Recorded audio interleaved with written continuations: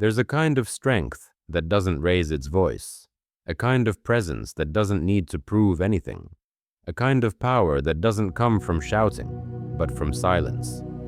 The Stoics called it mastery of the self, the rare ability to command respect without demanding it. The world believes respect is taken by force, but the wise man knows true respect is earned in stillness. It's in the pause before you speak. It's in the calm behind your eyes when others lose theirs.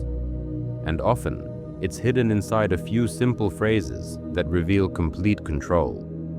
Today, you'll learn 5 of them. 5 phrases from the Stoic mind that command respect without shouting. Before we begin, remember this. If you seek power over your emotions, if you crave calm strength in a chaotic world, then subscribe and join this circle of Stoic minds, because here, we learn not how to conquer others, but how to conquer ourselves. 1. I understand. This is not submission, it's supremacy. The man who says, I understand, is not yielding, he is observing.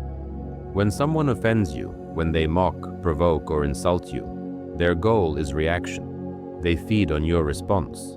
They want to see your peace break. But when you simply say, I understand, you end the battle before it begins. You rob their words of oxygen. Epictetus once said, when someone irritates you, know that it is your own opinion which has irritated you. To say, I understand, is to take full command of that opinion. To declare, I choose awareness over reaction. A man who understands is dangerous because he is not led by the noise around him, but by the clarity within him. He listens, not to agree, but to see. In that moment, you don't just control the conversation, you control yourself. And that, the Stoics believed, is the highest form of respect. 2. That's your opinion. The weak fight every word. The wise, they let words fall like rain. When you answer criticism with, that's your opinion, you build a wall of composure no attack can break. You are not dismissing, you are detaching. Marcus Aurelius once wrote, everything we hear is an opinion, not a fact. Everything we see is a perspective, not the truth. To live, this is to be unshakable. Imagine someone says, you'll never make it. The ordinary man argues. The Stoic smiles. He says, that's your opinion. It's not arrogance, it's peace. It's the refusal to give your emotional energy to judgment. People respect a man who doesn't defend himself every second, because calm confidence speaks louder than any justification. When you can look at someone's hostility and answer with stillness, you become a mystery to them. They can't read you, can't trigger you, can't move you. And that's where real authority begins. So the next time the world throws its opinions at you, don't explain, don't react. Just say, that's your opinion, and walk away with the quiet strength of someone who knows exactly who he is. 3. Let's find a solution. Conflict is the favorite sport of the undisciplined. The Stoic does not play it. When others argue, he observes. When others accuse, he analyzes. When others rage, he remains anchored. Saying, let's find a solution, is not weakness, it's leadership. It's how you seize control of chaos without raising your voice. Seneca wrote, anger, if not restrained, is frequently more hurtful to us than the injury that provokes it. So instead of feeding anger, you redirect it. You transform it into order. That's what let's find a solution really means. I won't fight for victory, I'll fight for clarity. Because in every argument, there are 2 energies, one that seeks to win and one that seeks to understand. The first burns fast. The second builds empires. When you speak to solve instead of react, you become the calm center everyone unconsciously follows. The leader in the room is not the loudest, it's the one who remains unbroken. So the next time tension rises, say the words every Stoic leader knows.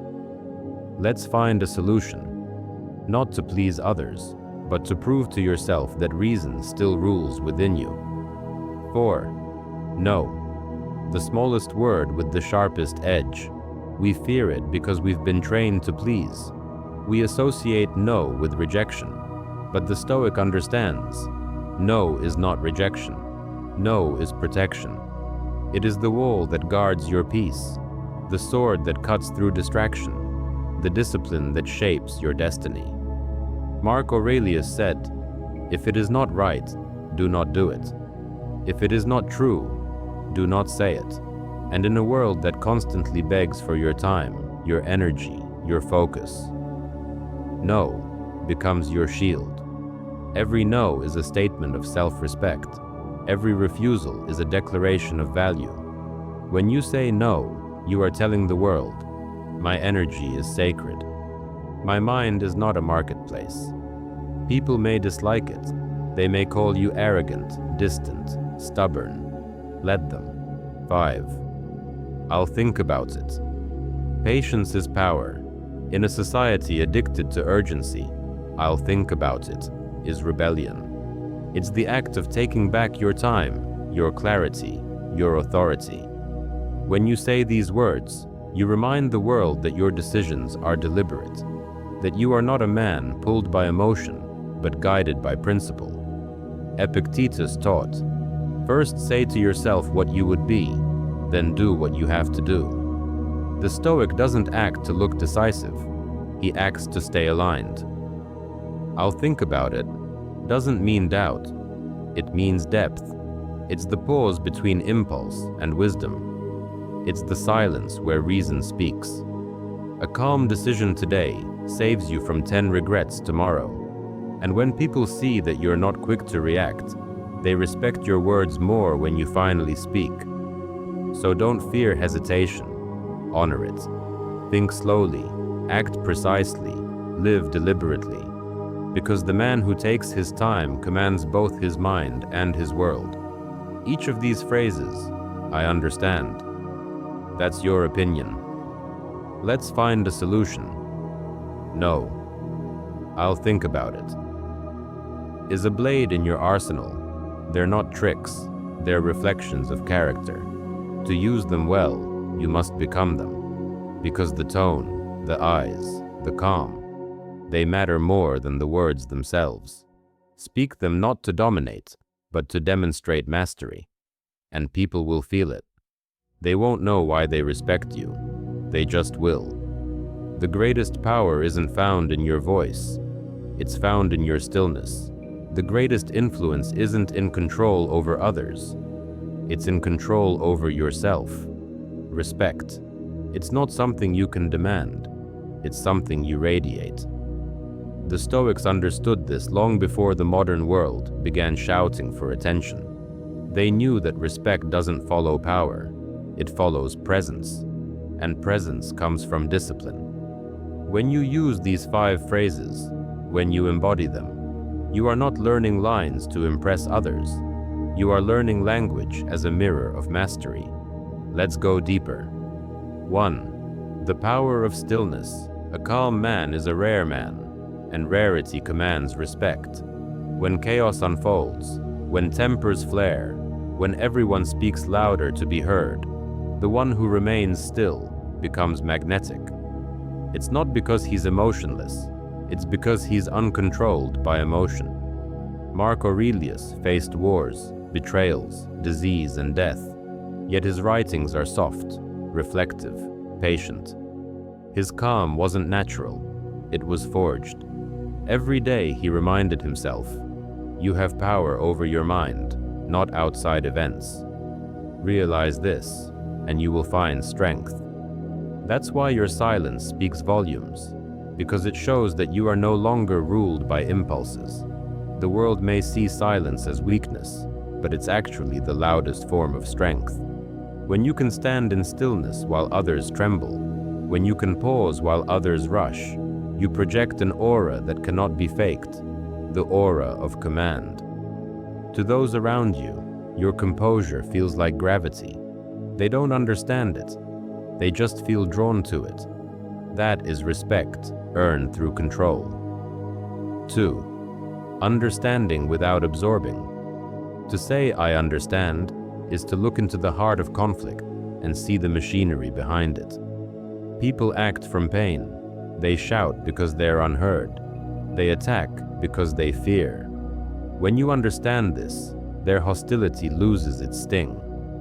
Epictetus taught his students that every insult, every offense, is just sound, unless you decide to interpret it as harm.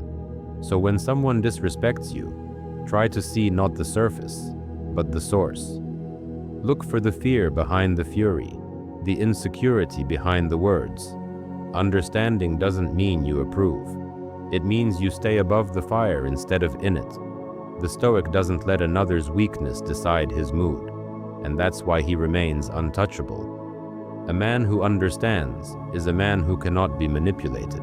He becomes unreactive, not out of apathy, but out of clarity. He sees everything, but absorbs nothing that poisons his peace. And when people realize they can shake you, that their words can't pull you off balance, they begin to respect you, even if they never say it aloud. 3. Boundaries, the quiet wall of power. No, the most sacred word in a Stoic's vocabulary. Each no you speak builds the wall that guards your purpose. It separates what deserves your energy from what does not. The modern man spends his life saying yes to noise, to distraction, to every request that steals his time. But the Stoic knows every yes costs something. Seneca wrote, "If you wish to be loved, love moderation, and moderation begins with the courage to say no." When you decline distractions, you are not being rude, you are being precise. When you turn away from gossip, from meaningless debates, from shallow validation, you are not missing out. You are protecting your focus. Every boundary you set silently teaches others how to treat you. It teaches them that your time is valuable, your peace is guarded, and your purpose is not for sale. That kind of quiet discipline demands respect without ever asking for it. 4. Detachment, the Stoic's armor. That's your opinion. A simple phrase that can dismantle the loudest critic. You see, people project their chaos onto others. They need you to react because your reaction validates their turmoil. But detachment is the Stoic's invisible armor. Seneca said, "We suffer more often in imagination than in reality." And most opinions are just someone else's imagination, their fears, their beliefs, their lenses.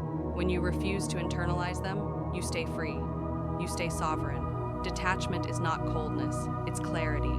It's choosing what deserves your attention. When you calmly say, "That's your opinion," you're not rejecting them, you're simply declining to carry their burden. And in that moment, you shift from being reactive to being regal, because nothing unnerves the emotional like someone who cannot be provoked.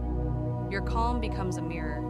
They see themselves in your stillness, and it unsettles them, because most people have never faced themselves in silence. That's why detachment is so powerful. It reveals strength they can't understand. 5. Leadership through composure. Let's find a solution. 5 words that transform conflict into order. When everyone argues to be right, the Stoic seeks what's true. When others defend their ego, he defends reason. Leadership in its purest form is not about domination. It's about direction, and no one can guide others if he cannot guide himself. Marcus Aurelius led armies, but his greatest victories were over his own mind. He wrote to himself, "Waste no more time arguing what a good man should be. Be one." When you speak to solve instead of win, your tone changes. You stop trying to impress, you start trying to improve, and people feel it. They begin to follow your reason rather than your rank. Because in a world of noise, the calm voice always leads. So when tension rises and tempers burn, step forward and say, "Let's find a solution." Not for pride, not for praise, but because order is your nature. 6. Patience as a weapon. I'll think about it.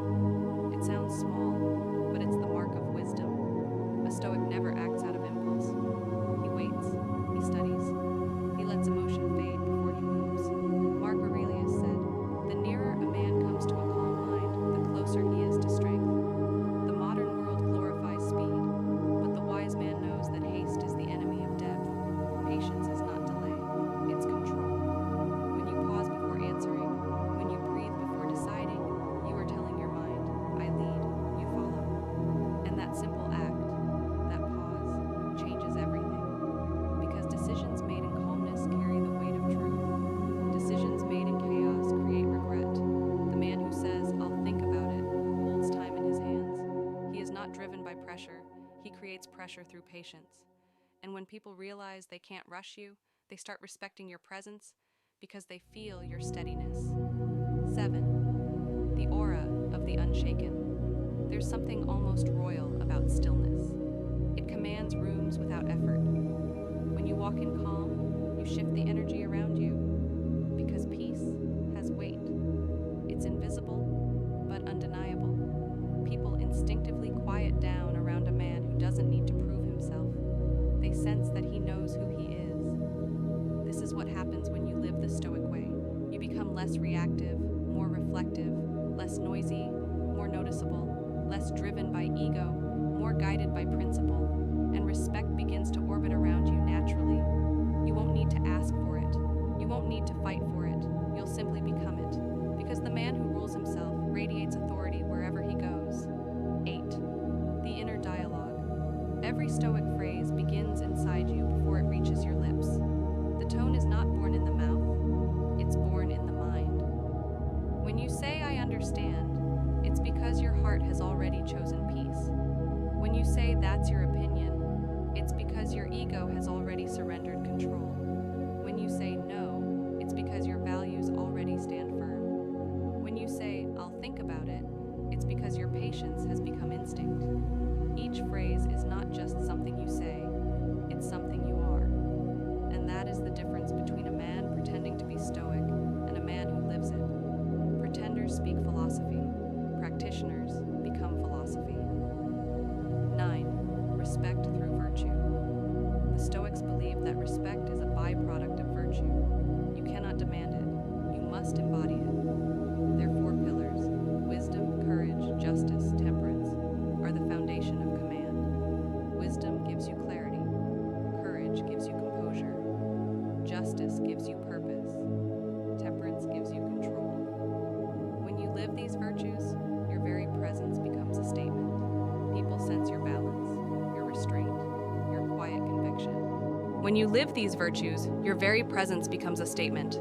People sense your balance, your restraint, your quiet conviction. They begin to treat you with reverence, not because you asked, but because you've earned it in the most silent way possible. 10. The final reflection. Remember this: the loud demand attention, the calm command it, the angry demand obedience, the wise inspire it, and those who seek to dominate others remain slaves to their own emotions. True respect comes from within. It's not what you make others feel about you, it's what you make yourself become in front of them. The Stoic doesn't chase validation. He chases virtue, and virtue commands respect, naturally, eternally, quietly. So practice these phrases not as tricks, but as truths. I understand. That's your opinion. Let's find a solution. No, I'll think about it. Each one is a key, and together they unlock the mind of the unshaken. If this message spoke to you, share it with someone who's ready to lead themselves before leading others. Because the world doesn't need louder men, it needs calmer ones. And remember, stay disciplined, stay grounded, stay stoic.